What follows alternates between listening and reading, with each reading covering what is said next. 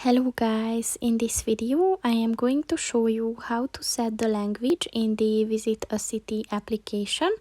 But first I just want to mention, don't forget to subscribe to my channel, because at 10,000 subscribers I am going to show you my whole YouTube revenue statistics and growth strategy, as well as how to make money online. Let's jump into it. First of all, open the application on your phone. And then click on the profile button at the bottom of the page on the right.